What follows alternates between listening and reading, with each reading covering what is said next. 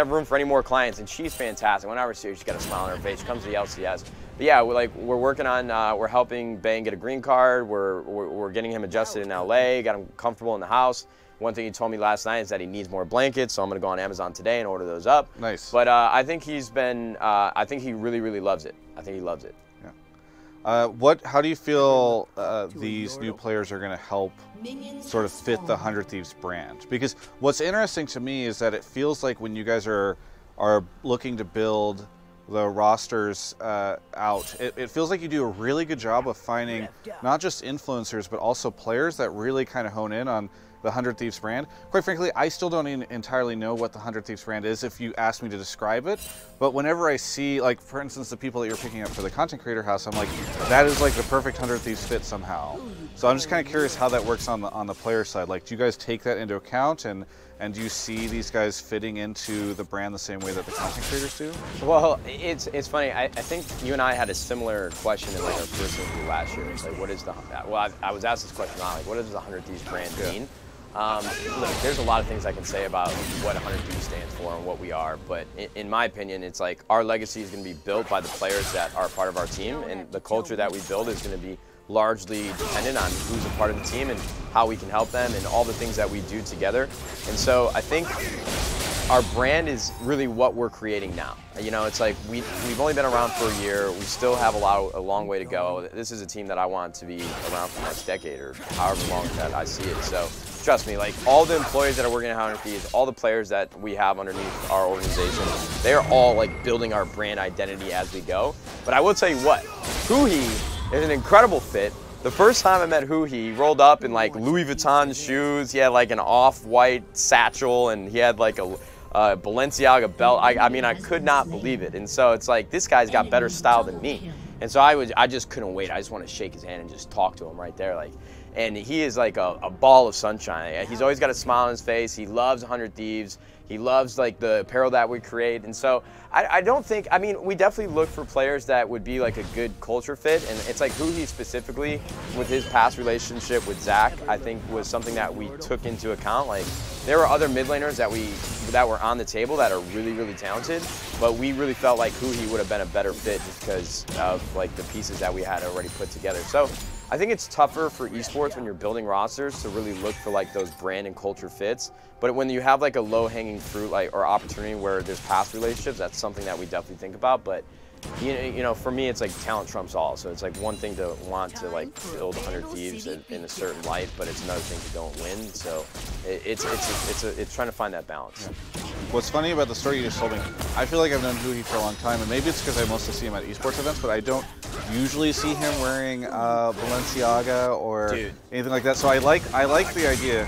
I'm sure this isn't the case. The theoretical idea that he's like 100 Thieves and he's like, I got to go do a shopping trip, and like goes and buys all these things so that the first time he meets you, he's like, we're ready. You know? I don't think so, man. Like, cause he was rocking that fit better than most people I see. I think he knew exactly what he was doing. I know that he was talking about he needs to buy some more sneakers now because I want to show him my collection. He said he felt a little intimidated. I'm like, no. Yeah. Just come over, hang out, and you can see.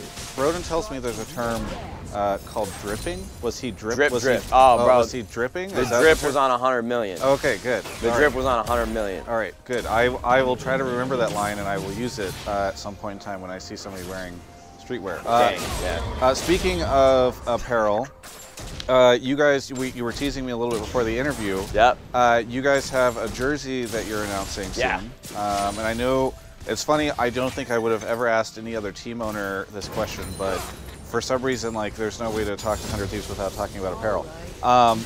So what do you want to tease anything about that? I'm sure it's coming out at some, is it today that you guys Yeah, I mean, the jerseys, I mean, depending on when you see this, if you're watching it live or on VOD, the jersey has been unveiled. Yeah. The jersey that we created this year is like completely polar opposite of what we did last year. You know, we wanted to do something different in year one, and I felt like the traditional like sports, paying homage to that with like the baseball button up and the pinstripes. I thought it looked really dope. You never seen anything like it in esports. Whereas this this jersey that we're unveiling is kind of it's now more about the fit than anything. Like it's really comfortable. We decided to move away from like an all black primary color, and we went to all white. I think it's a little bit warmer, a little bit more inviting. And I think it's going to help us differentiate from all the other teams in LCS because, like, whenever we were on stage with Clutch Gaming last year, it's like, oh, we're black and red, they're black and red. And there just wasn't much difference, and I think this is going to be something that's, like, captivating when you see it. And so it's a really ambitious design. It's not just, like, one, like, color tone. We have a lot of, like, artwork on the sleeves, and there's, like, a faint snakeskin print that goes up and down. And it's like traditionally in esports you would see like paintball jerseys, you know, a very, very thin material, whereas this is like reverse engineered of like a LAFC soccer kit that you would see the players wearing. So I'm really, really excited not only about like the pattern and the design from a conceptual standpoint, but the quality and fit that the players will actually have. The jersey that you'll see on stage in LCS is actually a little different from like the concrete 2019 100 Thieves LCS jersey, but that's a lot of things going on. Yeah, well, I wanted to ask you about that because this is the first year that Riot has like an official partnership around jerseys and sort of like a standard for what a lot of the teams are doing. They're all kind of from the same. How do you navigate that as a brand that is so dedicated towards merch, like being told like, oh, actually this is the jersey style that we need to have your players in? Yeah, I mean, frankly, like, and candidly, it was a little jarring at first, you know, because for us, our identity is built through like the clothing that we're wearing and we're trying to share with our consumers and our fans and stuff. And so that was like a tougher pill to swallow. You know, it's like I got to put on multiple hats. It's like, yes, I want 100 Thieves as a brand to be really cool and super successful. But then I got to put on the other hat as like an owner, like a part of the LCS. This is like a team and a league deal that is really, really good for the business. And so, you know, it's like there's a lot of emotions that were mixed in that moment when we found out that we wouldn't have as much control. But the company We Are Nations, they've done a pretty good job of being helpful when we're going back and forth with samples. I think they probably wanted to kill us after the first couple weeks because we wanted like 6 or 7 like different iterations of the jersey sample, just because it was so important for us to make sure that we were really happy with it. And on top of that, it's like we have like this long sleeve design with a lot of patterns, and we had to go with short sleeve, which is a little more basic. So we're going to be, you know, offering 2 different jerseys throughout the year. You know, we'll have like the official LCS jersey with 100 Thieves, and then we'll have like the official LCS Riot jersey with We Are Nation. So it's good. It's good for many different reasons, but I think we struck a middle ground. Were there a lot of constraints on the jersey that you guys were able to make with them? It sounds like you couldn't do long sleeves, right? If you wanted to do long sleeves. We couldn't do long sleeves. You know, there were a couple constraints on like the patterns that they could actually print on the jersey, I think itself too. Again, they did a pretty good job of you know, working with us to make sure that we were happy. Jackson, again, it's funny, he's probably more involved with that than I was. I mean, this guy was emailing them every single day. So they probably hate him. They probably don't hate me. Okay. But maybe they hate all of you. Yeah, I guess it was more just we really wanted to push the boundaries of what design would look like on stage, and we just didn't have as much real estate to play with. So it was challenging, but I think we found the right fit. Well, going even more broad than just the partnership on the jersey side, what do you think of where LCS is at this year as sort of a entity, and what are you looking to see in terms of change within the LCS over the course of this year? Like any kind of upgrades or anything that you'd like to see out of the league? The LCS, I think, is in a really good place for the sole reason that it is still the most watched esport in the entire world. Like that is one thing that is unavoidable. Statistically, it is a fact that the LCS is growing. More players are playing the game year over year, and that's really exciting for me, who's very new to League of Legends. I think the LCS as a business, they are doing a pretty good job this year with the the steps that they're taking to really build out like an actual like business development team. You know, Chris Greeley and Chopper do a tremendous job in running the logistics and building the league and taking it from where it was to where it is now. They've done a phenomenal job. I love those guys to death, and I think Riot understands that they do need to play catch up in a sense. You know, I think the partnerships that they're working on is becoming a lot more interesting to me than they were last year. I think they were just trying to get their feet underneath them with franchising. There's a lot of moving parts, and they've had enough time over this last year to really start planning and organizing what the 2019 and 2020 and 2021 season look like. And so they're invested in the long term. And so it's like, I know that there was sort of a sentiment that they were lagging behind, but I think it's important to really realize that this is a long-term investment. You know, it's like we paid $10 million. Like, we're partners for life, and so we have to be patient and really support Riot as best as we can by, supporting our players, supporting our teams, growing our brands. And I definitely think that they'll catch up and make the LCS one of the most successful leagues in the world. Yeah. There was an owner meeting in December where everybody was able to come together and talk to Riot. How did that go? Is everything positive on those ends, or? Yeah, it went really well. The CEO of Riot Games came out and he talked and had like an open floor Q&A and really reinforced their plans and their sentiment when it came to what esports means to Riot Games and what the LCS is going to look like in the future. That was when they finally unveiled that we would be dropping NA and just going to LCS, which I was really, really happy about. I really like the new branding, and I think it really differentiates us from all the other regions, which is a good thing. But I was pleasantly surprised with how equipped they came to really answer all the the burning questions that the owners had. Because I know for a fact there was a little tension in the room at the beginning, because you have a lot of owners coming from traditional sports where it's like Clutch Gaming with Golden Guardians, and, Optic with Neil and MLB, and even us with like Dan Gilbert. It's like they've had so much experience in traditional sports. The NBA has done a tremendous job of growing their business over the last like 10, 20, 30 years. And so they had a lot of hard-hitting questions, I think, for the Riot Games team. But they took it on the chin, ran with it, and made sure that we were excited for the next couple years. Yeah. Do you think there was a sense of dissatisfaction with the other team owners after the first year, like heading into that meeting? Yeah, I mean, look, I'm a pretty honest, straight shooter, I would like to think. And so, yeah, there was definitely some dissatisfaction. I mean, that's like unavoidable. I don't like to make comparisons, but I will make one, and hopefully people at Riot don't want to kill me for this, but it's like, I just had sweat drip down from injections. It is what it is, man. I'm my own man. Yeah. Like Overwatch and Blizzard, they've done a phenomenal job in their partnerships team and really going out and getting some big name sponsors for the league in their first year.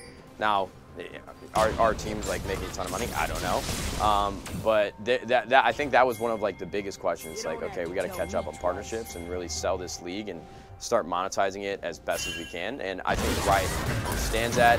They have a plan in place. They're building out a great team, and I think it's gonna be fantastic. And again, like the one thing to understand is that League of Legends is the biggest esport in the entire world. They're gonna catch up eventually, from a business development standpoint. So I'm excited. And yeah, there was some dissatisfaction from the previous year, but I think a lot of doubts were put to rest. Okay. And we should pause really quickly just to mention that the chat, apparently you guys just revealed the jerseys just now, and so everybody on chat Let me go hit a hot retweet. freaking out. Do they like them? About the tweet. Yes, people say they look really good. Chat, do you like the jerseys? Tell me. Yeah, there we go. Amazing, good, we love them. We love it. Long sleeve is perfect. Somebody put a fire emoji. Okay, you're good. Sweet. You've passed the chat test. Once you're good on the retweet, let me know and we will. I retweeted. Go ahead. I'm sorry. I can multitask. No, it's great. So one of the I'm kind of curious as well. Okay, so we talked about the league side. How do you feel about the other organizations right now? Because the league is much more. Once we switch to kind of this pseudo franchise model, you're in there not just with Riot but also with these other 9 organizations. One of them notably is Optic, which a lot of people have been concerned about their continued commitment. There was some upheaval at the end of the year. So I'm kind of curious what you think of the other organizations and maybe even on the Travis, I like you. These questions were great. I don't know. For me, I think the teams did, the majority of the teams actually did a really good job putting together rosters last year.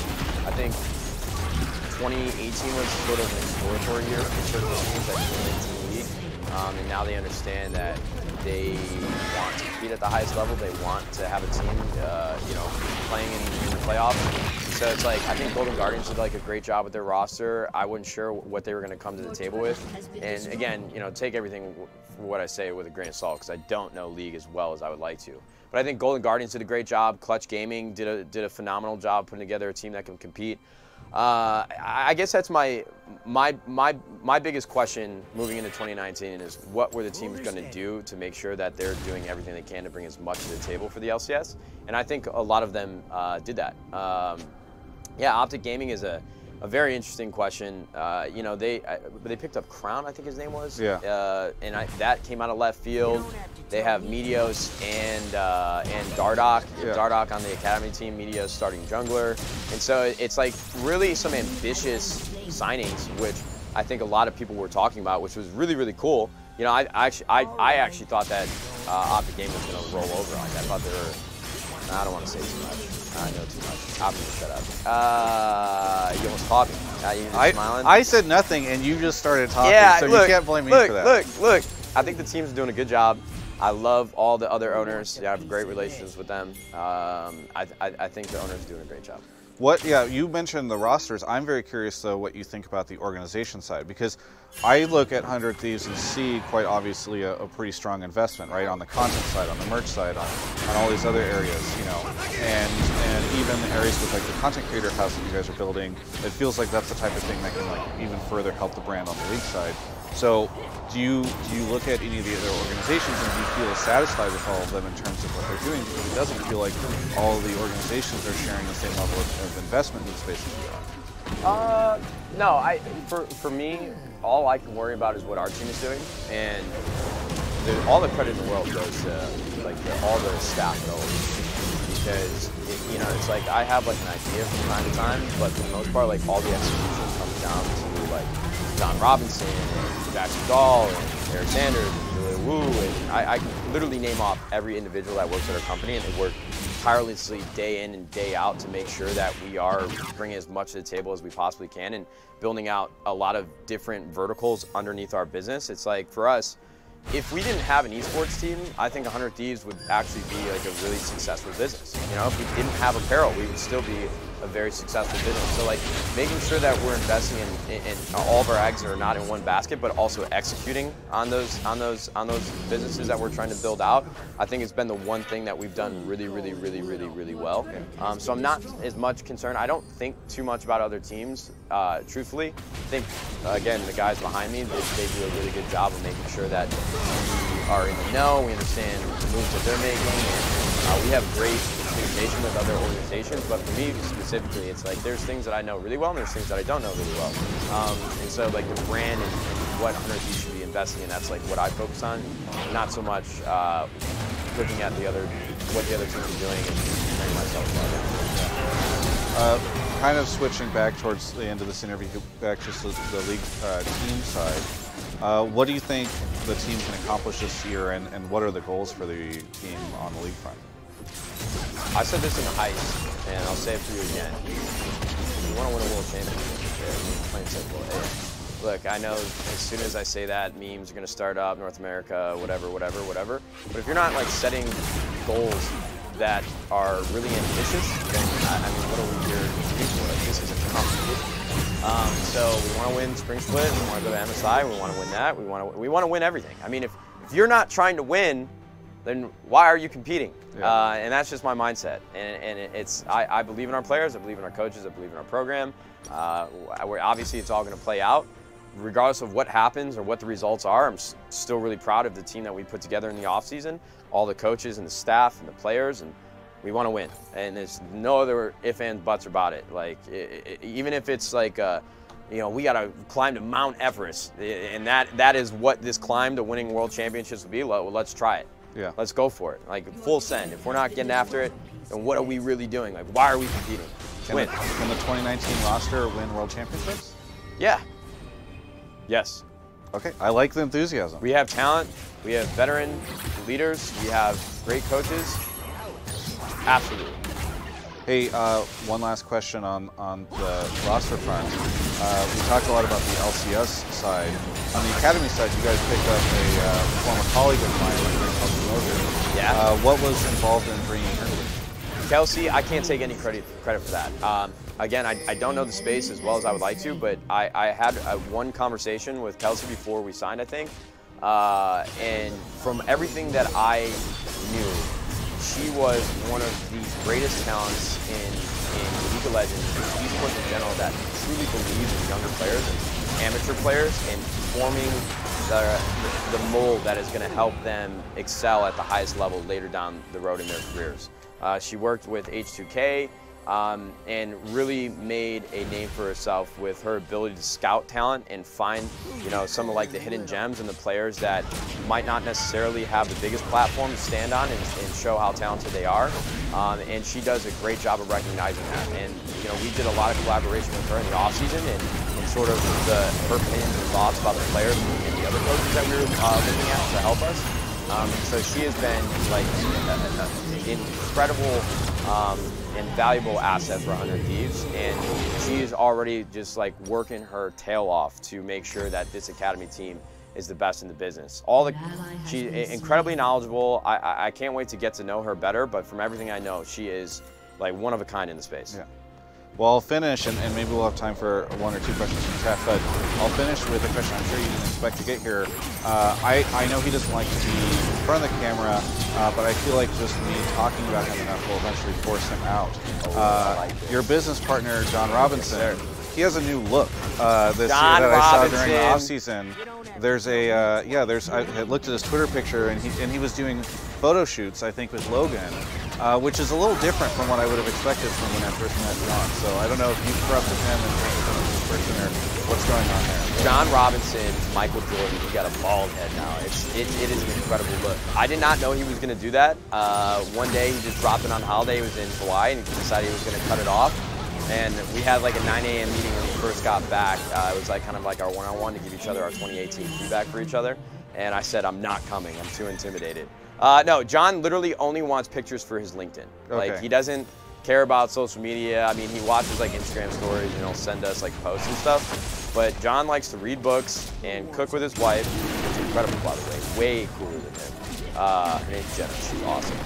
But John literally only cares about LinkedIn. Like, he just wanted to update his profile picture, I would imagine. Every time we have like a really big announcement, like a Red Bull partnership, or we're announcing our investment with Drake, this guy is like foaming at the mouth to make posts on LinkedIn. He's such a nerd. He's like, dude, we're going viral. I'm like, oh yeah, what about our 10,000 tweets on Twitter? He's like, I don't care. Yeah. He just loves LinkedIn. So all those pictures, that's probably where they're going. I mean, he has a Twitter. He does have a Twitter. Jobinson. Yeah, Ron Jobinson. There, yeah. Dude, one of the smartest guys in business. And he's got a big heart. He really understands like how to build a business. All the things that don't have experience with, he does, and we complement each other really well. And he's doing a phenomenal job of growing and building 100 Thieves. I just think it's really funny because the impression that I've had of him is that he seems to be like, if you're like the guy out there with the gaming background, all this stuff, he seems to come across as more like the quiet corporate guy. And then I noticed these pictures that Logan took of him of like in like downtown LA and like the Arts District or something like that, with like the sunset shining off his newly shaved head. And I'm like, what have you done to him? Well, John's got style. Okay. That's one thing people don't know. John, he's got style, and I think the world needs to know it. He's got like his entire wardrobe of button-ups. He's got his better jackets. He's got the pins. He's got his Janoskis. Yeah, great selection of denim for his jeans in his closet. John's got style, and I think he wants to share it with the world. I think he sees what like when I post or we post to players. Maybe he's got like a thought in the back of his head, like, yeah, maybe I do want to be out there a little bit more. Yeah. But yeah, he is very like clean-cut, corporate. Doesn't like to be in front of the camera, but I think he needs to be more. I think the way that he helps me run 100 Thieves, is like it could be a great learning experience for a lot of people that are interested in working in esports in the future. And there's a lot of things that, this guy's a stud. He's really, really smart, and I want to get him in front of the camera more to talk about the business, because I think people will be genuinely interested.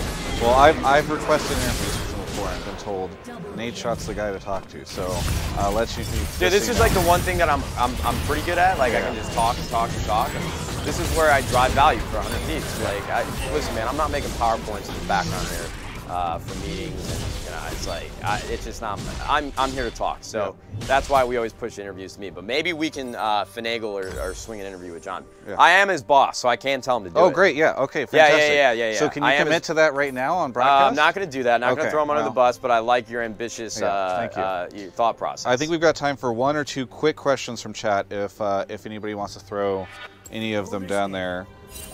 People are asking for builds for Sejuani. I don't know if you can give us any of those, but you know. Okay, any plans featuring Drake in the future? Yeah, I mean, there's definitely plans to collaborate more. Yeah. I think where Drake can help us the most would probably be from like apparel and brand outlook standpoint. He's done an incredible job with, you know, the Scorpion Tour and OVO and all of the branding in his albums that he's done in the past. I mean, he is like a true creative, and so I think that's where we want to tap into the most. And I definitely think there would be more collaboration in the future. So I think everyone should. Okay, so this one says, will the jersey numbers be customizable for players and fans? No, jersey numbers are going to stay 19. It's a 2019 jersey. Okay. Logistically, customizing those numbers would be a nightmare for us because, like, we're not just like mass producing these. Like, we're doing like genuine orders from the factory, they're all custom made. So the numbers would just be a nightmare. Hey, thanks so much, Nadeshot, for coming in. Is there anything that you want to say to, I think this is your camera. Yeah. Anything you want to say to anybody out there? I am going to be hosting in Ask Me Anything on the 100 Thieves subreddit here in the next couple days. Just keep an eye out on our social platforms for the actual time and date.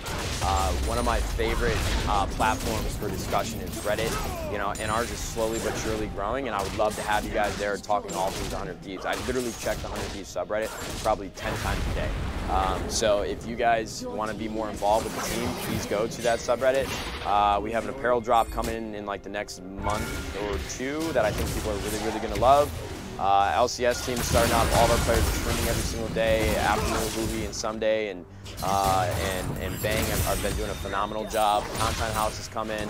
Our Call of Duty team is competing right now for a spot in the Pro League for the 2019 season, so go show them some love. But we're just excited for 2019. We got a lot of things coming. I appreciate Travis having me on, and I'm really excited to start this new journey in this new year with the entire esports community. So thanks for all the support in 2018. Let's go 100 Thieves 2019. Let's gang, let's get it. Gang. You just got to start saying drip. You got to start saying gang, let's get it. That's how we'll end this interview. Thank you so much, Nadeshot, for coming into the studio. For everyone else, you can check out the rest of my coverage of all things esports on my YouTube channel. Hey, thanks so much for watching that interview. Hope you enjoyed it. Really big thanks to U.GG for being able to show us on the YouTube channel. For everyone else, I just want to give a big shout out to Alienware for supporting all the content that I'm doing this year. There's a ton of stuff hitting the channel right now in preseason. We've got even more coming during LCS. I don't know if this outro is going to be shown before my award show on Sunday on my channel, which the Sunday before LCS starts. I think it's the 20th, right? Yes, the 20th. Check that out. If not, check it out on the channel because the vlog will be going up here. There's so much happening. Thanks so much for watching my content, and be sure to subscribe.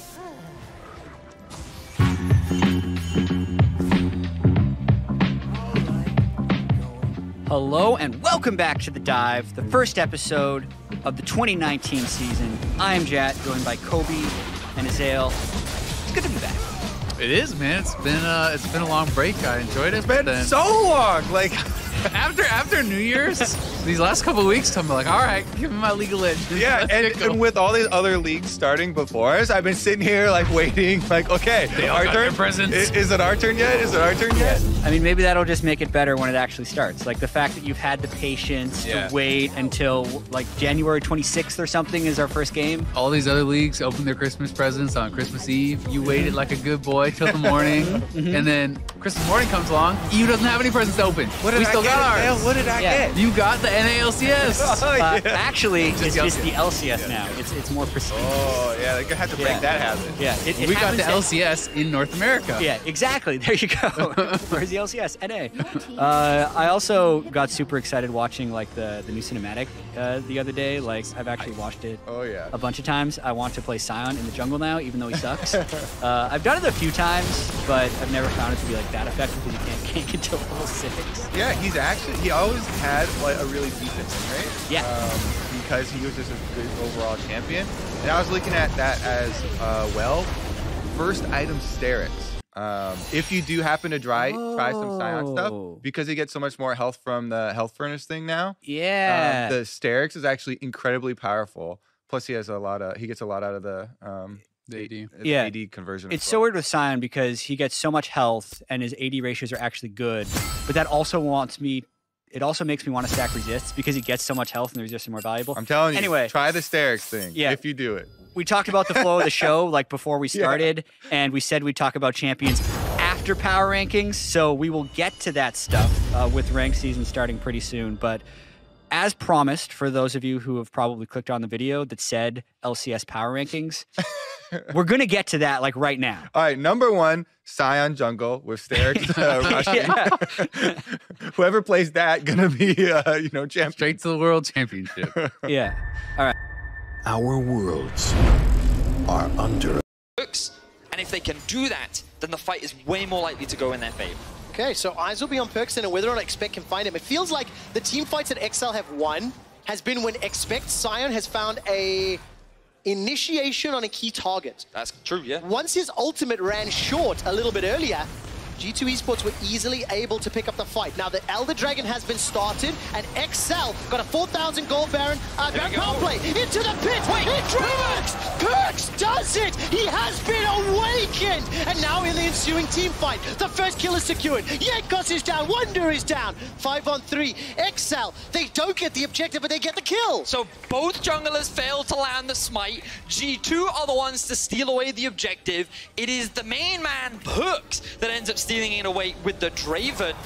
But remember that because he was behind the Dragon Pit, he wasn't involved in the fight, which means that 2 members of G2 end up dying, and now XL are on the siege. Look at that chunk of damage from the spinning axe. XL have got a 30-second death timer to play with, and it feels like Perkz was inspired by the latest cinematic. He saw a 0-0-0 Draven take on a 6-0 Riven, and he was emboldened to go for that Dragon Steel. Was it the Whirling Death that picked up the kill? I didn't quite see the final hit. That's what I thought ended up called securing. Whirling Death. Oh, I see. It was indeed. Oh, so both smites end up coming down, but it is the ultimate from Draven that ends up securing it. And then you can see here that Jankos, he used his flash earlier in the fight to secure it. Wunder didn't have his flash available, and Perkz just wasn't in a position to assist. So now the Baron's respawned. Elder will last, I think it lasts about 2.5 minutes. So there's only going to be about 1.5 minutes, 1 minute left on it for G2. Ideally, in a perfect world, they'll find a fight before it runs out. But XL are just going to wait. They're going to wait. And I don't think G2 is in a position to really force the Baron to then ask XL to come and fight them. So I don't think this Elder Dragon is going to be a huge amount of value for G2, but obviously the best case scenario is that they actually took it away from XL, who's always looking for these big team fights. Okay, and one more big team fight could seal the deal. Ladies and gentlemen, about the last 3 team fights. It is time for a quick stat. At 42 minutes and 10 seconds, this is the longest game of the 2019 season in Europe, and it is XL taking it against G2. The Elder Dragon wasn't really a team fight, it was more of a steal. That did not deserve a clap. I thank you for it, but seriously not worth. Don't indulge him, ladies and gentlemen. It just encourages me to do it even more. Ooh, Caps. Is he in trouble? Manages to escape, manages to pop the Banshee's Veil from Exile as well. Kadril, 8-1-6, involved in 14 of his team's 16 kills. He needs to get a priority target with that ultimate. Maybe he can get Exile to the backline as well. Minimap, quick shot. Look at the minimap. You can see pushing lane for XL on the bot side. They now have it pushing in their favor in the top, but G2, they just want to run it down mid. They want to take this inhibitor. Can XL find the engage? Oh, here comes Expect with the flank. Oh man. He's going to curve the corner. There we go. Here comes Expect. All right, body blocked by Jankos. The team fight is split. This could be bad for XL. Caps is already split away from the fight, and Jankos is going very, very low. Kadril is chasing it. Now Jeskla takes a big chunk of damage. Exile is killed by Perkz, but Jankos is taken down by Kadril. Caps is running amok. There's already a kill for Kasing. Now Caps has found 1. He's found 2. He's turning. Kadril manages to kill Mickey. Everybody's dying, but it's Caps and Wunder. They may be able to finish this one out. Kadril is going to get blown up. The should be the game. Expect is starting to back away. It's up to Caps and Wonder to push through Expect. Expect, the man that started the fight, the man that might be standing when the fight is ended. It is all on Caps. The big roster move that made G2 Esports the super team. And now Zombie Science gonna try, kill the wave. Death timers are huge. Oh, but look, 2 members of G2 are still alive. Can't expect get anything if he kills Caps. Oh, not just yet. Fair 15 seconds for Kasing, 17 for Exile. Wonder and Caps start to chunk down the Nexus turrets. That's a big burst of damage. The minions start pouring through. Nexus turret number 2 is the focus. There will just be respawning members of XL to watch the Nexus crumble. It was a big fight. It's not done just yet. Take a look at the push. XL Esports, they need to stop the Nexus. They cannot do it. And G2 are superior. What a fantastic game from XL. But Caps comes up clutch. The most tense game of the split so far. An extremely exciting back and forth. XL must be devastated. That game was so close for them. But they just couldn't quite. In the final team fight, again, it came down to target selection. The divers of Cadril and Expect went on to the Jankos, and he wasn't the target they needed to kill. I absolutely love seeing Perkz and Expect hugging one another. Of course, Mickey and Kasing, the sportsmanship on stage. I was not ready for that game. I was not prepared to see what XL. It was indeed. And now Zombie stats at 42 minutes and 10 seconds. This is the longest game of. And now Zombie Science gonna try, kill. And what done? One XL. Caps. There we go. Here comes Expect. All right, body blocked by Jankos. The team fight is split. This could be bad for XL. Caps is already split away from the fight, and Jankos is going very, very low. Cadril is chasing it. Now Jeskla takes a big chunk of damage. Exile is killed by Perkz, but Jankos is taken down by Cadril. Caps is running amok. There's already a kill for Kasing. Now Caps has found 1. He's found 2. He's turning. Cadril manages to kill Mickey. Everybody's dying, but it's Caps and Wonder. They may be able to finish this one out. Cadril is going to get popped, blown up. This should be the game. Expect is starting to back away. It's up to Caps and Wonder to push through Expect. Expect, the man that started the fight, the man that might be standing when the fight is ended. It is all on Caps. The big roster move that made G2 Esports the super team.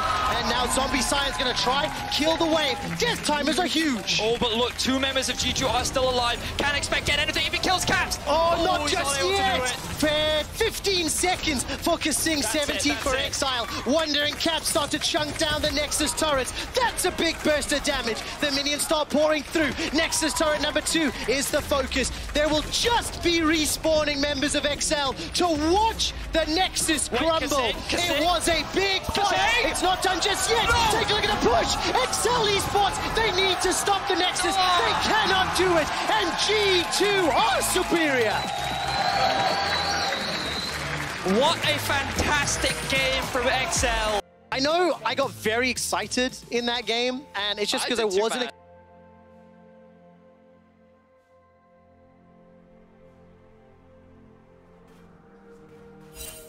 No one tells me what to do. Not anymore.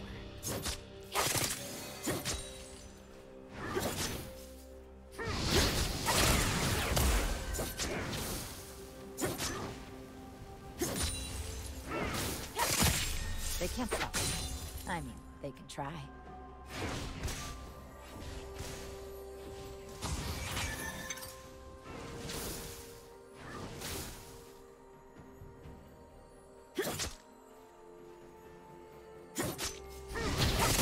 I love what I do. My enemy.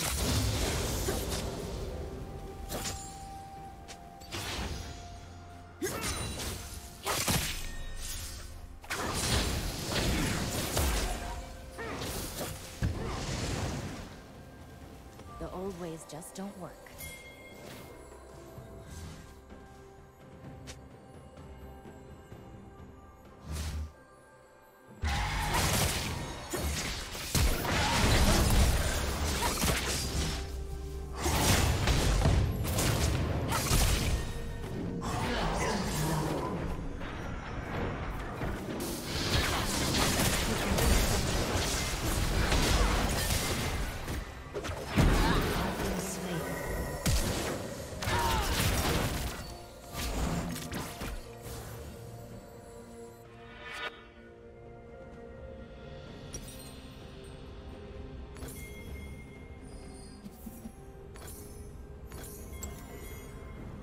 The only rule that matters is that your enemies don't walk away. An enemy has been slain. That's one. An enemy has been slain.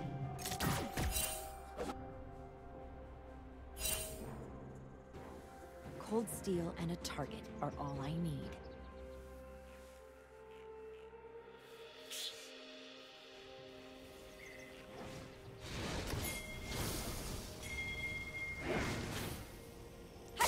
I'm not here to make friends.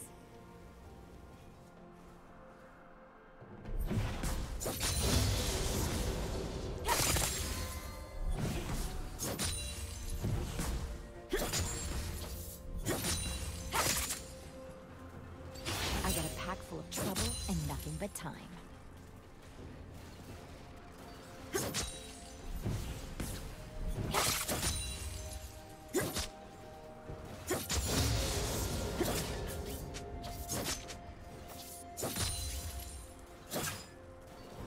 An ally has been slain.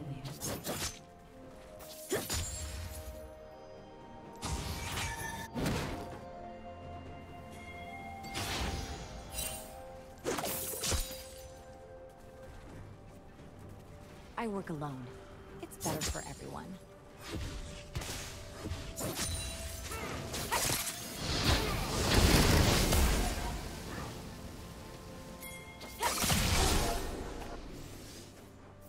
If they're smart, they're scared.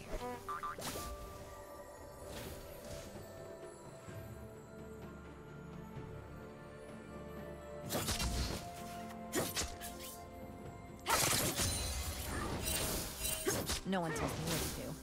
Not me.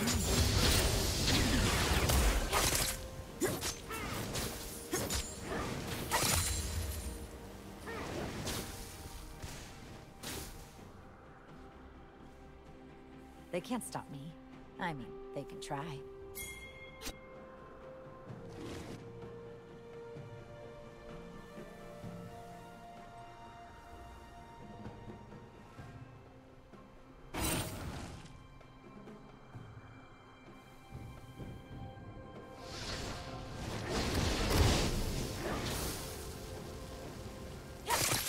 I love what I do. My enemies won't.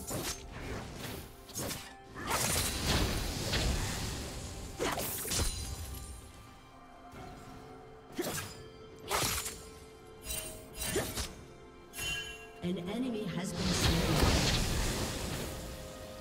The old ways just don't work.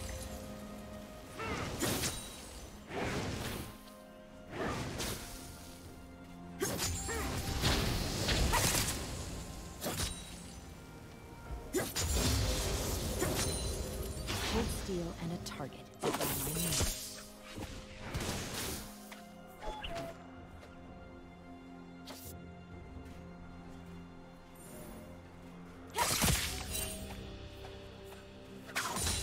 I'm not here to make friends.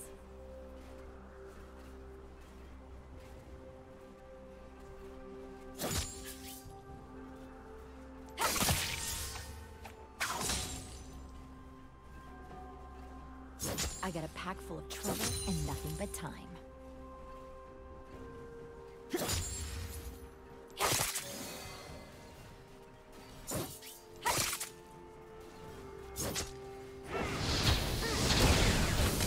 I am just the way I like it.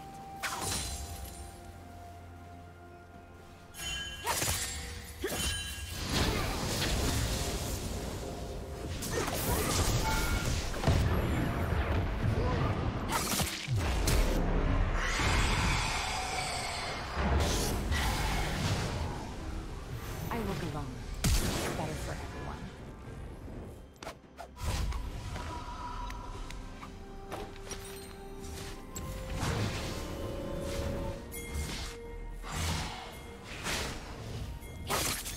If they're smart,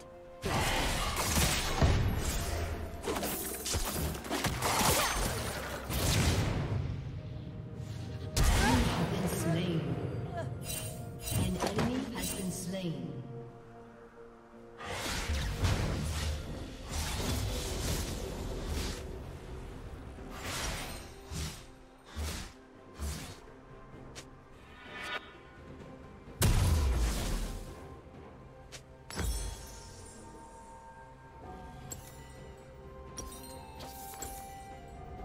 The Kinku couldn't control me. I'd do what they wouldn't.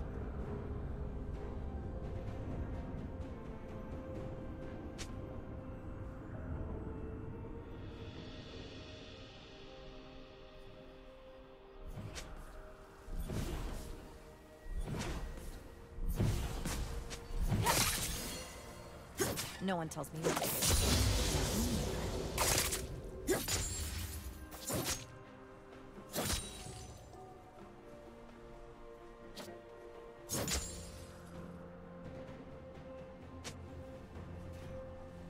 They can't stop me. I'm this bad. An enemy has been slain.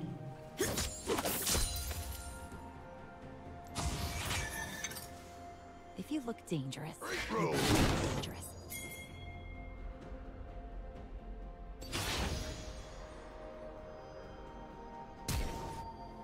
An enemy has been slain.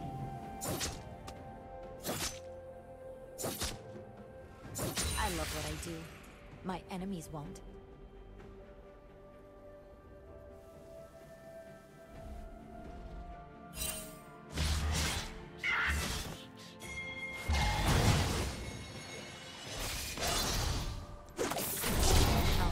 Like magic.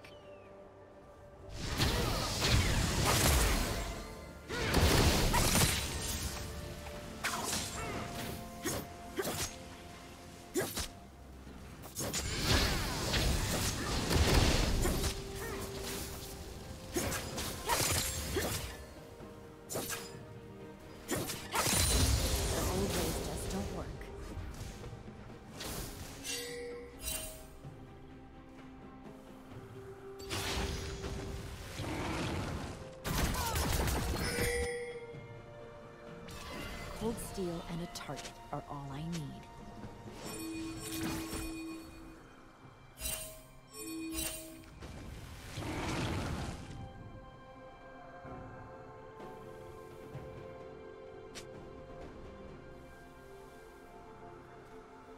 I'm not here to make friends.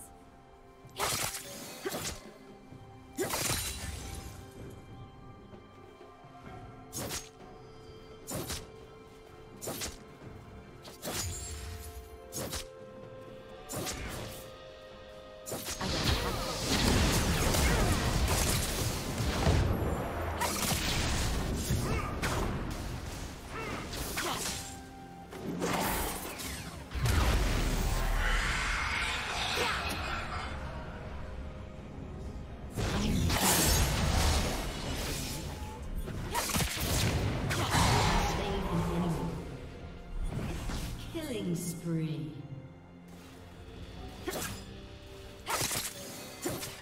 An enemy has been slain. It's better for everyone.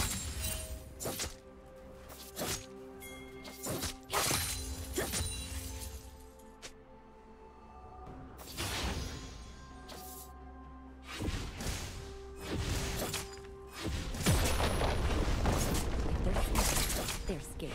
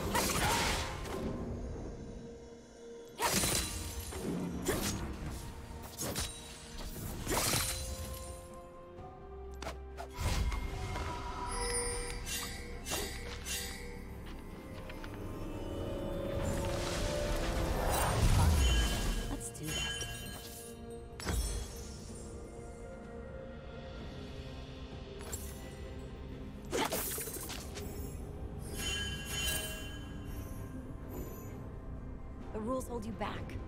Leave them for someone who needs them.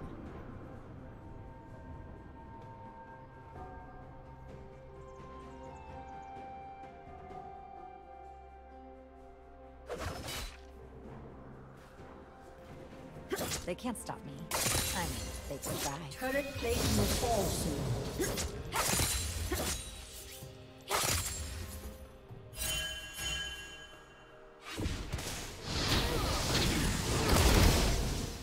I love it.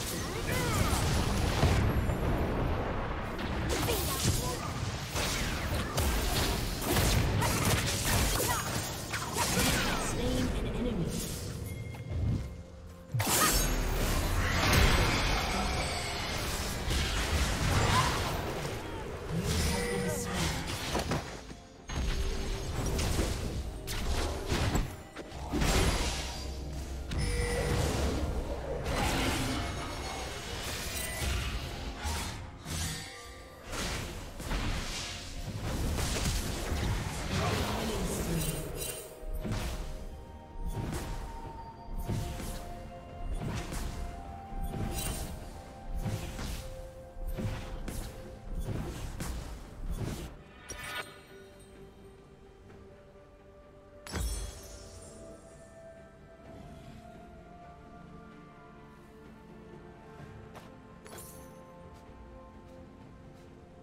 Cold steel and a target are all I need.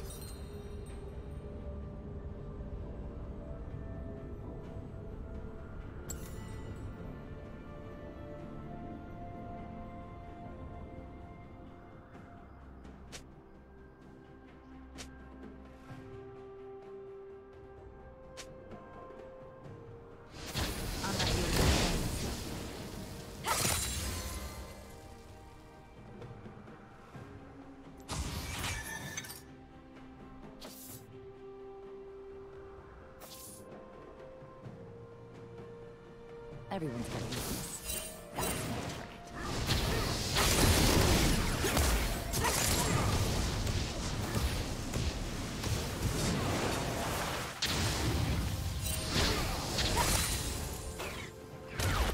I got a pack full of trouble and nothing but time.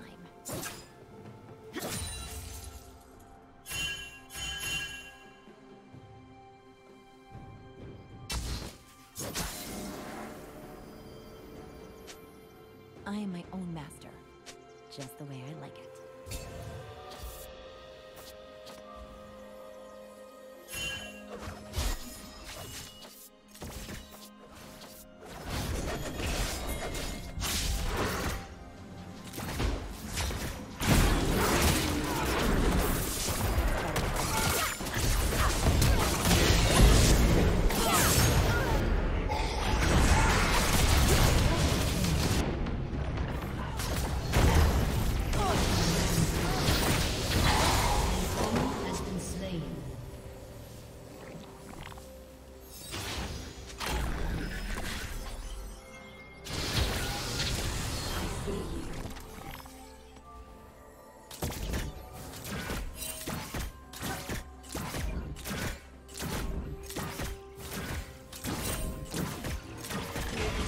Destroyed a turret.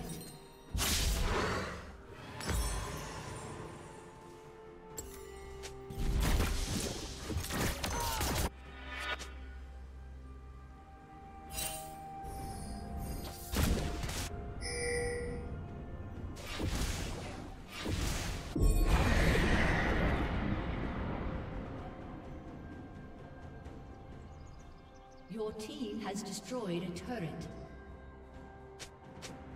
It's not the killing I'm about. It's the cause.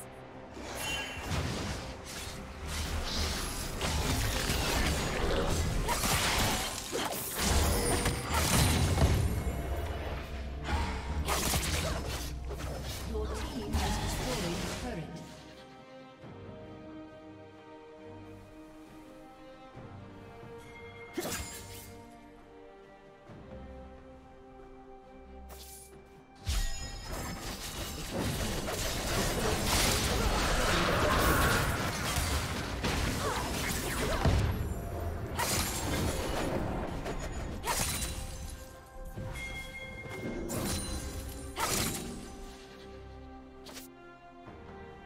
No one tells me what to do.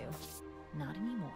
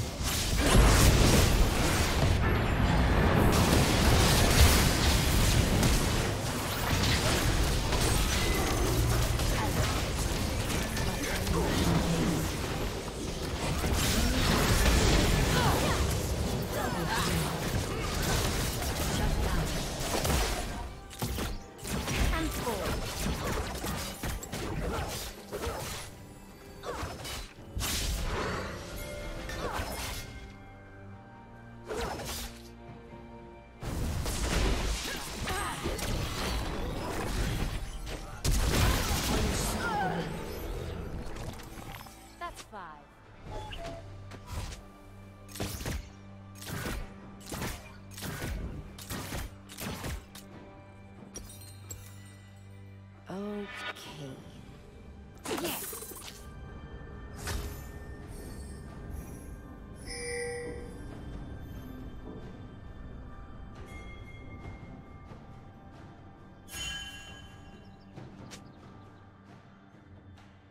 We're gonna do this.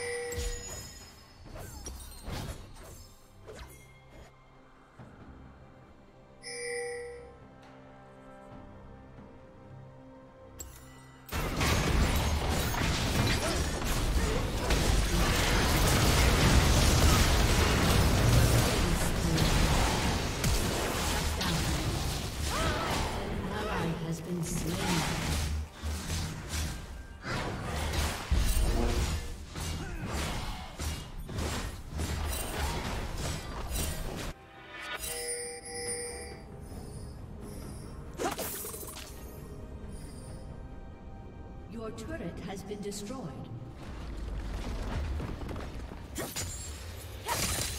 Cold steel and a target are all I need.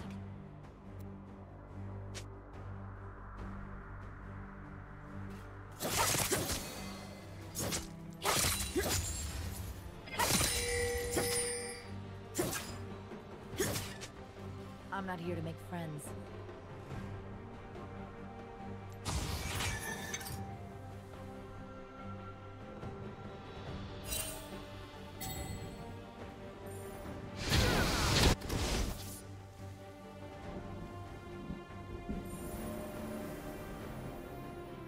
I got a pack full of trouble and nothing but time.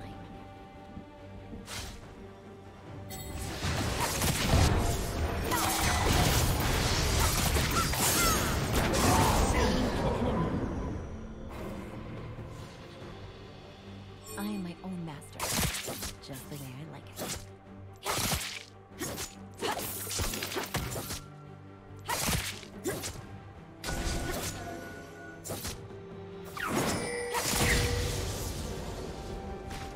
I work alone. It's better for everyone.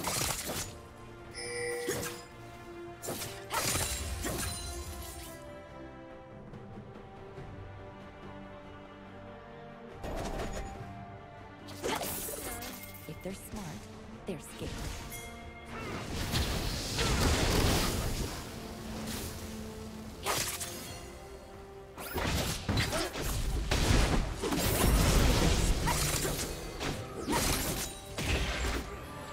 No one tells me what to do. Your team has destroyed a turret.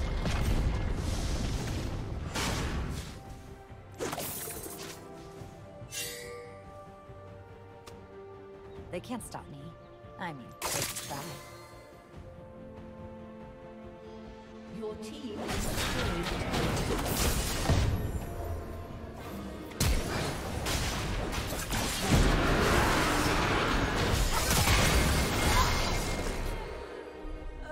You have been slain.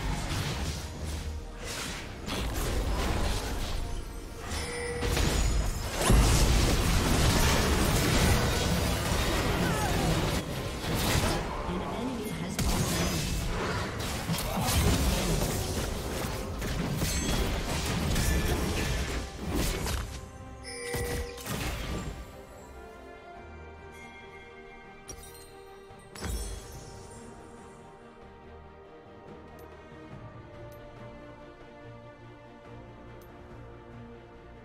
Your team has destroyed a turret.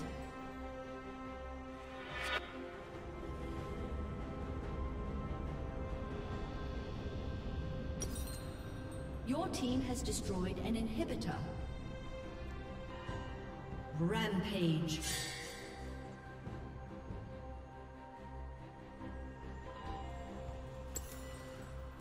The Fist of Shadow.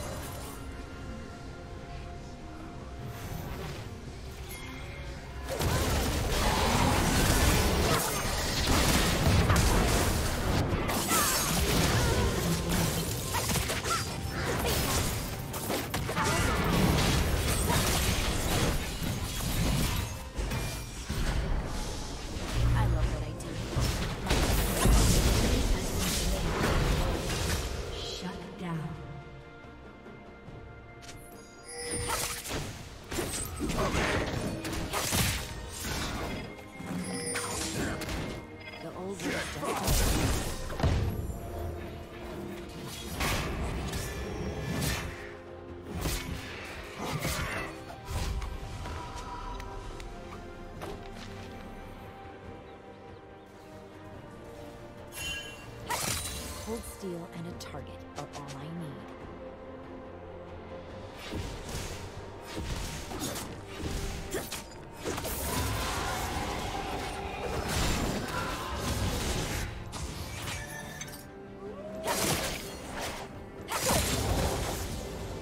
I'm not here to make friends.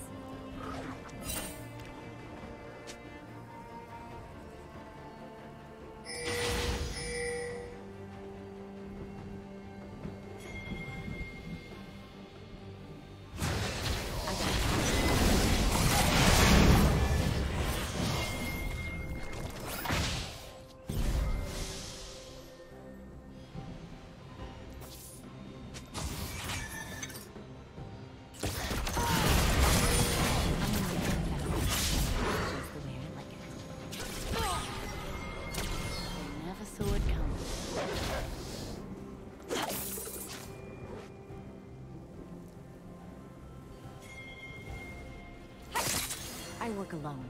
It's better for everyone.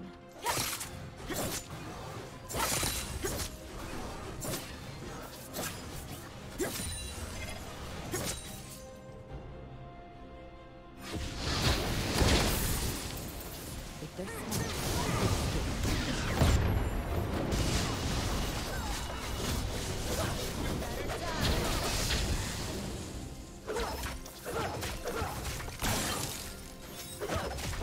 no one's like that. Not anymore. Your team has destroyed a turret. An enemy has been slain. Shut down. Your team has destroyed a turret.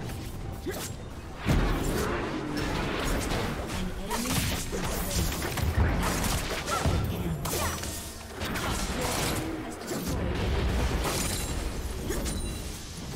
Your team has destroyed an inhibitor. Your team has destroyed an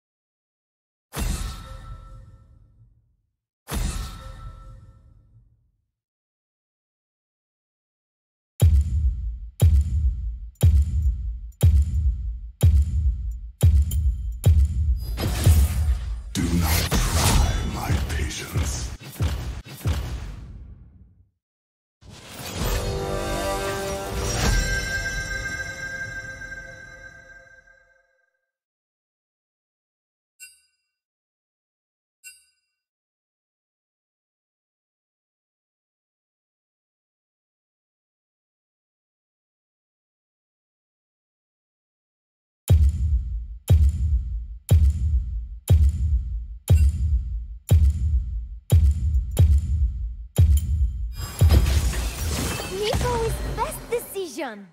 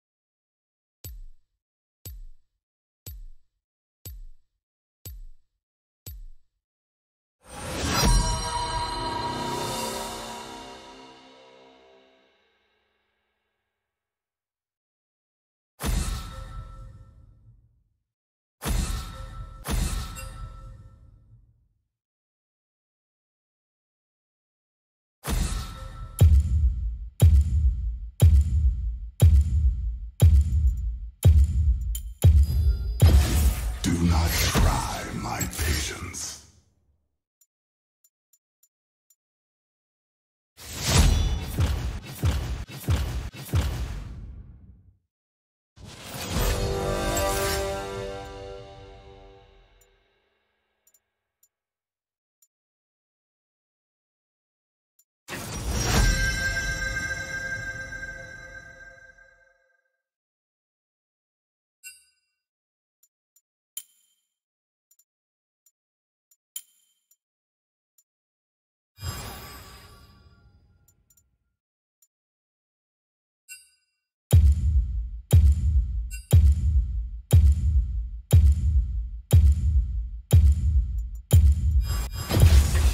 Fired up and ready to serve.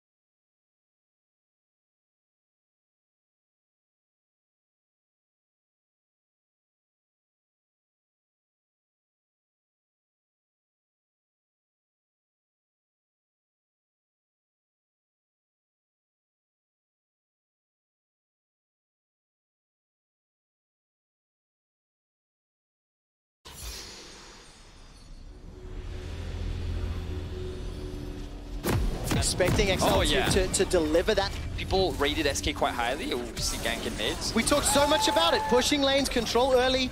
Memento gets an early flash from Pyrion. So that's really good, and kind of what we expected from Memento. We wanted to see him setting up ganks. He did use his flash, but he actually has the Hex flash available to him. Not something that I have regularly seen from Camille players, I'll be honest. Fascinated as to how he leverages that. Excuse me. We'll keep track of that as the game goes on, but again, I want to reinforce what he's doing with the pressure that he has. His bot lane is pushing, his top lane is pushing, and look at the river. Where